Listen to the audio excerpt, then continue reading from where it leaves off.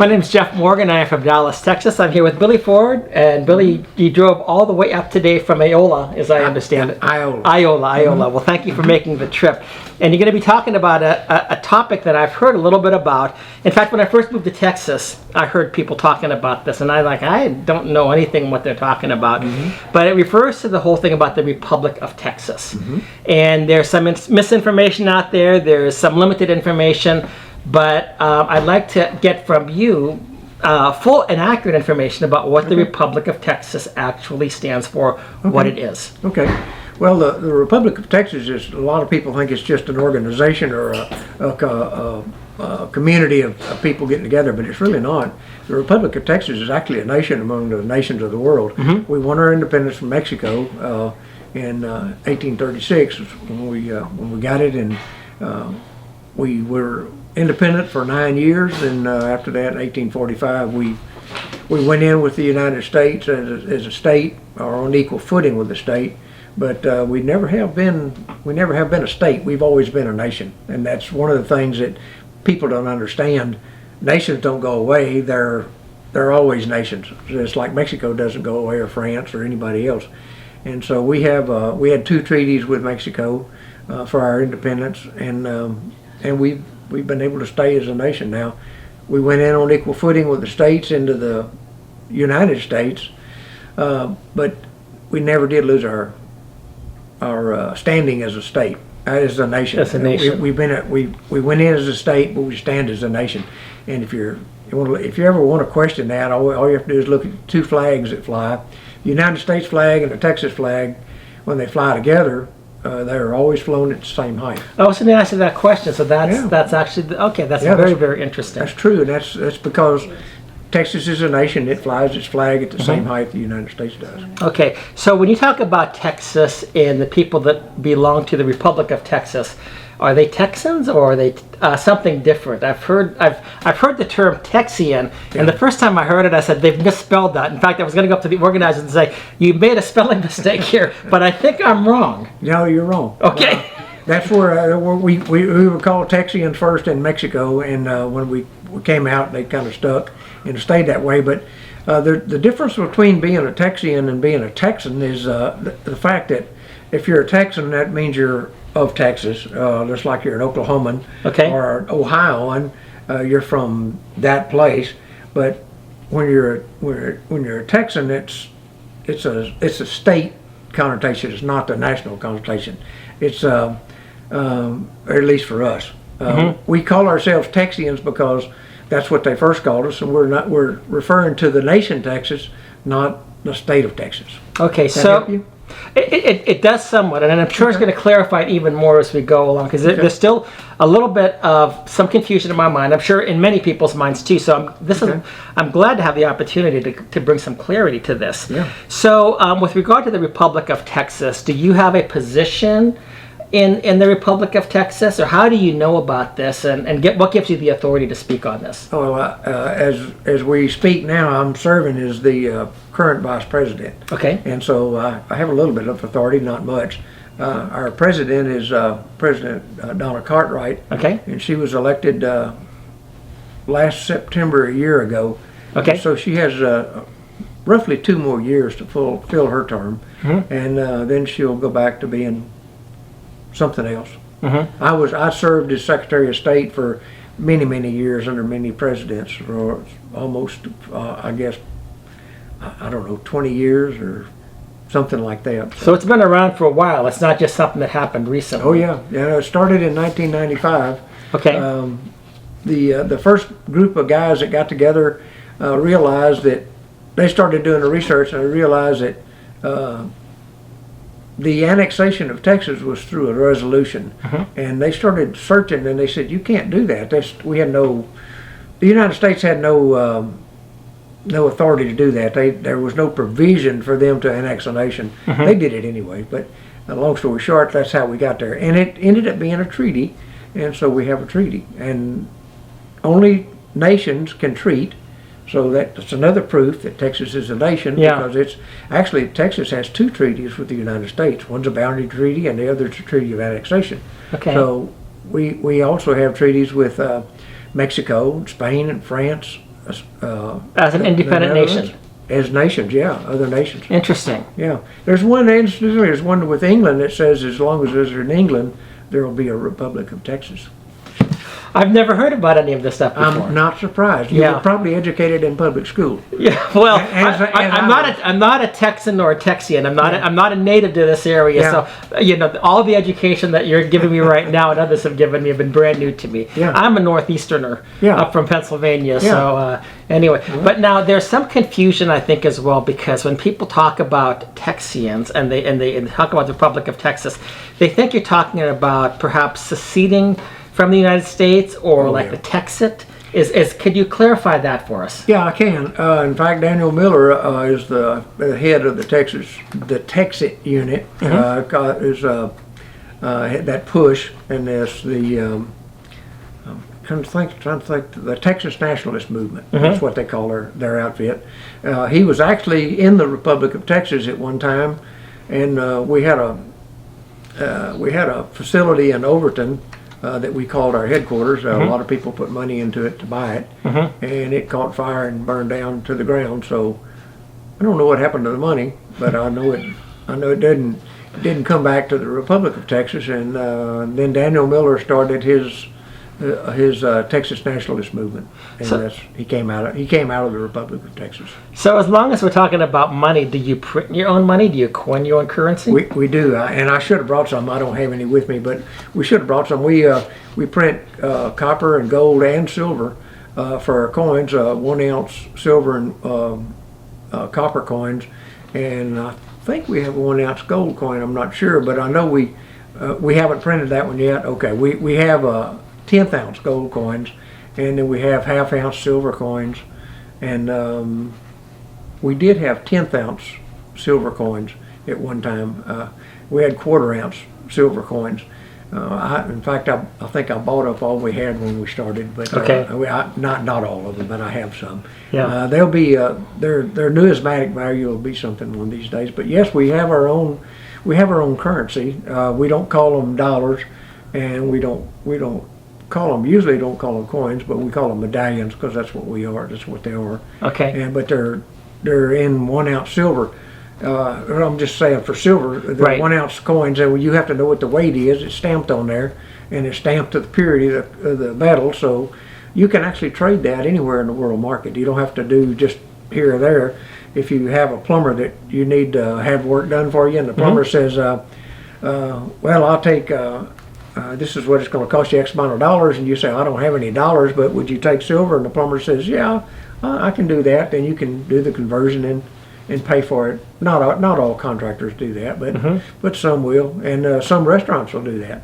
So I would think it'd probably be a little bit more valuable than the paper dollars that we're talking about as well. it's absolutely more valuable. The paper dollars, and I heard Alan Greenspan, he was the head of the Federal Reserve, I believe, for a while, and he was saying that no fiat currency ever lasts forever. It'll eventually return to its intrinsic value of about 3 cents or 8 cents per bill. So that means you got a $100 bill that's worth 8 cents.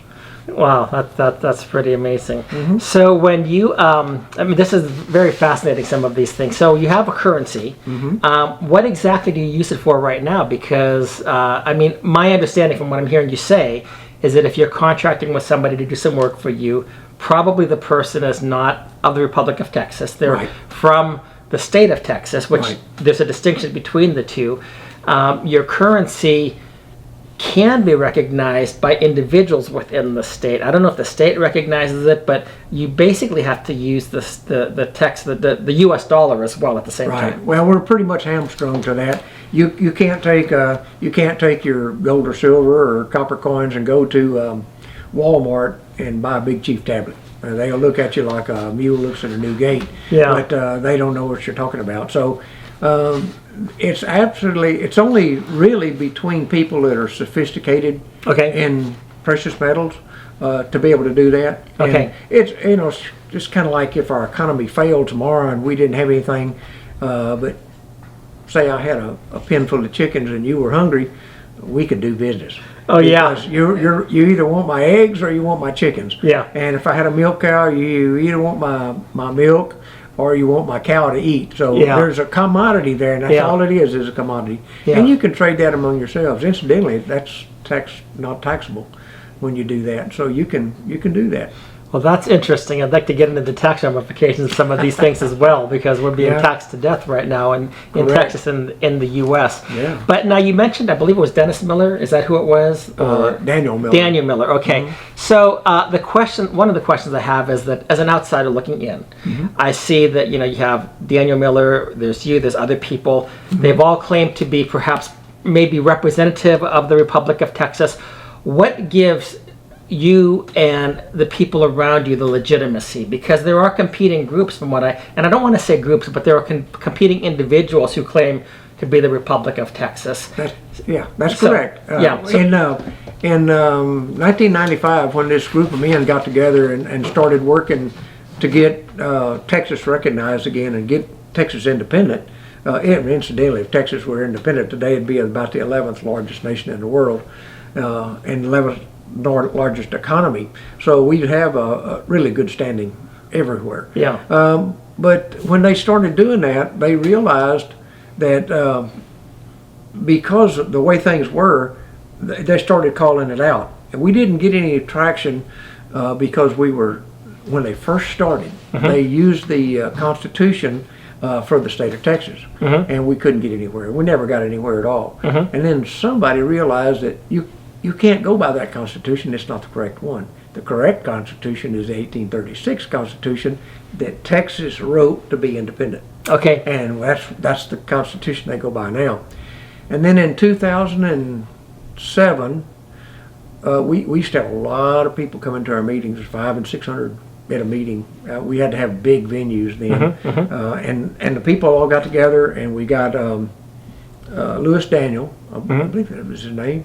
He was a pastor, and he put together a writ of mandamus so that we got our vote together. We got all the people together and voted in 2007, and what we did was we reestablished our government. It's called it coming out of abeyance. It's kind of like the way he always explained it was, it's kind of like playing football. When you run the ball out of bounds, all the play is dead until you bring it back in bounds. Yeah. And that's what we did. We brought it back in bounds. Okay. We reestablished our government. We didn't, up until then, and from about 1995 to 2007, we had what was called a provisional government until we could get our footing on ours. But once the people voted and once the people said this is what we want, then we reelected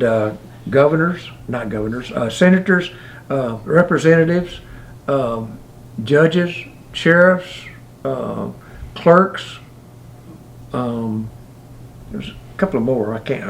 That slipped my mind right now. But we filled several offices, and we did those by the election of the people, pretty much the way the de facto government does right now. So those offices have been filled and been in constant use and constant occupations since 2007.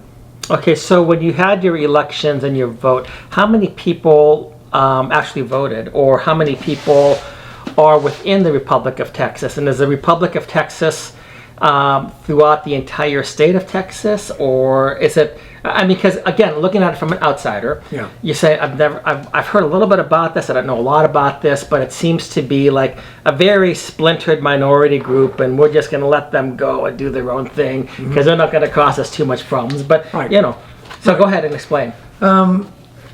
When the government started out, and all these people voted, and at that time, like I said, we had 500 and 600 people come into every meeting every month. Right. And we had chief justices for every county. Okay. And those chief justices oversaw the election. They had polling places, and everybody had a ballot. We had a locked box at every ballot. Best I remember, it started at 7 in the morning and ended at 7 that night. Okay. So it was a 12-hour day for voting. Okay. And we did that, and we took all the ballots, counted them up, tallied them up, and we did things like they did in the very beginning. We set our senators, so our senators had a 3-year term. They had one, but the first go around, some senators would be elected for 1 year. Some senators would be class second second class would be elected for 2 years, and then the rest of them would be elected for 3 years, and then once their terms rotated, then everybody would be on a 3-year rotation for senators. Okay. House of Representatives were 1 year, and that it was until this last election, and we've changed.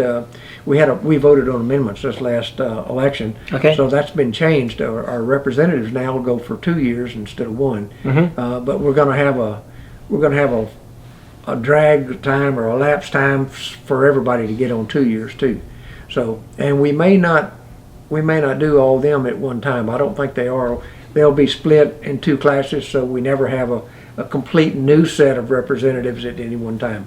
Got it. Half the old ones will be in and half the new ones will be in, so Yeah. there's somebody to, Some continuity there. right, continuity of government, Yeah. try to train and keep things going. Yeah. How many counties are there in the Republic of Texas? Well, in 1836, there were 18. Okay. And so that's all we have right now. Now, there is a provision for a county to be, once it gets 100,000 souls and covers 90 square miles, that county can petition to become an independent county. Okay. A standalone county. Okay. And we have some of those. Angelina County is one of them, Brazos County is one, Brazoria County is one. That was all the way from the very beginning. But the rest of the counties, like Bexar County, it's huge. It goes all the way from San Antonio to Wyoming. To Wyoming? Yeah. So the Republic of Texas is actually in Wyoming? Yeah. Well, let me tell you. Like I told you a while ago, the Republic of Texas has 2 treaties with Okay. the United States. Okay. One was a treaty, the boundary treaty, and Okay. that was the very first one we had, because before Texas went in on equal footing with the state, they wanted to make sure their boundaries were secure. So Okay. they had this boundary treaty with Texas. Okay. The rest of Texas was big at one time when Texas won its yeah, it was. independence from Mexico. Still big, but not quite as big as it once was. Yeah, well, it went from the Rio Grande River up to the Sabine, to the Red River, and across west it went to Wyoming, and then from that point in Wyoming it went west all the way to California, all the way to, they called it the Great Sea, and so that's how big Texas was. But Texas couldn't defend that much, and so Texas gave away everything else to the United States except that long piece that goes up to Wyoming and comes down through Colorado, Kansas, New Mexico, and parts of Oklahoma. And we have a little piece in Louisiana. Okay, so the Republic of Texas entered into a treaty with the United States. Two Two treaties. treaties. Mhm. Have those treaties been honored? No. In fact, the reason, man, I'll tell you why. Everybody knows what the state of Texas looks like today. You know, you got that in your mind. I Well- know, and I think my mind's about ready to be expanded upon. Well, that came because the United States violated that first treaty, the boundary treaty, and they gave parts of Texas to Wyoming, Kansas, Colorado, New Mexico, Oklahoma, and Louisiana. Gave it to those states and gave Texas its shape today. Okay, so basically what I guess the contention would be is that the United States stole the land from the Republic of Texas. That's correct. So all of these other states that are out there right now, they really should be part of the Republic of Texas. That's correct. Boy, if we could only Texas our California, right? Yeah, yeah, Bring Texas values down there. yeah. So and then also too now talk about the treaty that you had with Mexico, or the Mexico treaty. My understanding is that there was a treaty with Mexico that consented to recognize the independence of Texas, and that one of the conditions would be that Texas would not be annexed to the United States. Is No, that? that wasn't Mexico. Oh, that wasn't okay. No, that wasn't Mexico, but Mexico had to give it up. Mexico gave up Texas. There was I don't remember if it was,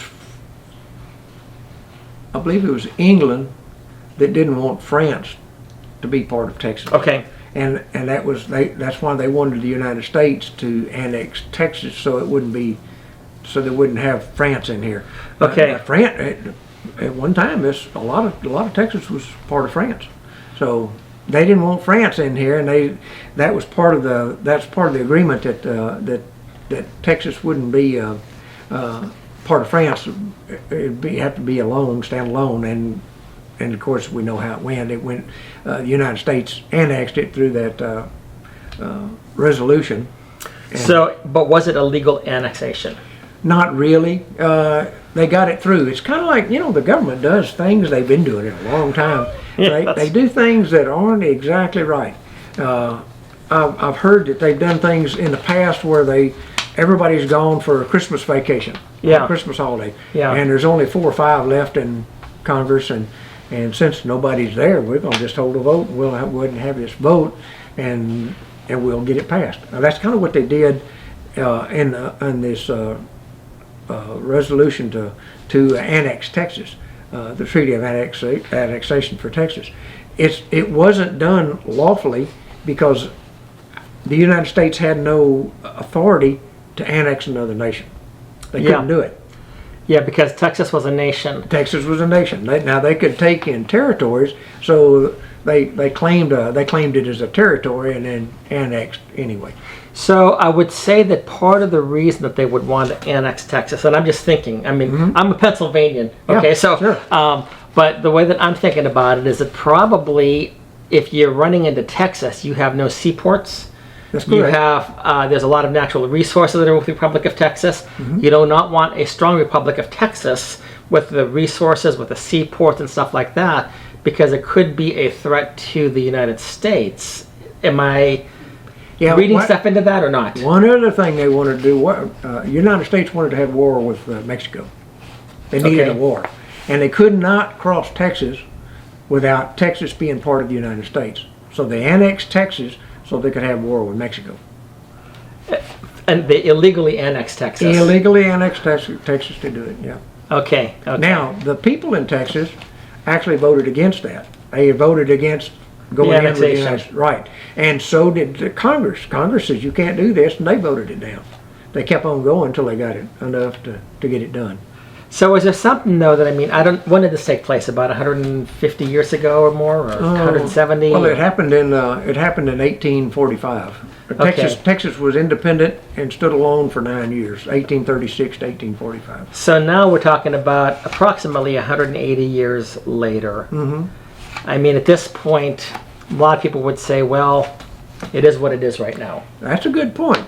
However, when you study international law, you find out that just because a nation has gone in to be a protectorate of somebody else doesn't mean they've ever given up their national status. A good point of that is the Lithuanian states. Now, we were talking about that coming up here. Lithuania, Latvia, and Estonia were taken by Russia, and Russia held them since World War II. But I believe it was in the 1960s. I don't remember what year it was. I studied this, but I forget. But Russia had to give all of that back to Lithuania, Latvia, and Estonia. Under international law. Under international law. Okay. They restored them back to their original boundaries, their original currency, and their original cultures and everything else. And Russia said, we don't care what you do. We'll just go in. So we got a lot of Russians living there, still living there. Right. Kind of like what's going on in Ukraine right now. Right. They said, we don't care. We'll just go in here and we'll control the vote, and we'll vote to be back in Russia. Well, those people were smart enough to say, no, you're not going to do that. So they put a timeline so that if you were not born in Lithuania, Latvia, or Estonia, in one of those countries, and you wanted to vote, you had to be there 10 years and have some skin in the game before you could vote. You had to become accustomed to everything that was going on in the country, and had to have some. It had to be vested, I guess, and then you could vote. And then they finally they backed it off to 5 years, and I think they finally got it off to where they could do it in 3. But that they held the Russians at bay, and those countries still exist. They're independent sovereign nations today. They are. So how would that apply to Texas, though? I mean, I don't understand that at this point, because, again, this is 180 years. We basically this has been the status quo for 180 years. Well, do you remember when the President of the United States was in office, President Obama, and he was talking to Putin? He says, when Putin went in and took Crimea, he says, you can't do that. I watched this on TV. I saw it with my own eyes. And I only saw it one time. Putin says, well, what about Texas? Did he really say He that? said that on TV. I saw it. It was on an interview. What about Texas? That ended the show. It stopped right then. Well, I was not aware of this. I'm going to tell you something. Vladimir Putin is a good historian. He he's a smart man. understands. I know, he's He a smart understands man. what he's talking about. He understood he could use that against Obama, Yeah. Because Obama didn't want him going in and taking Crimea, but it's okay for United States to go in and take Texas. Wow.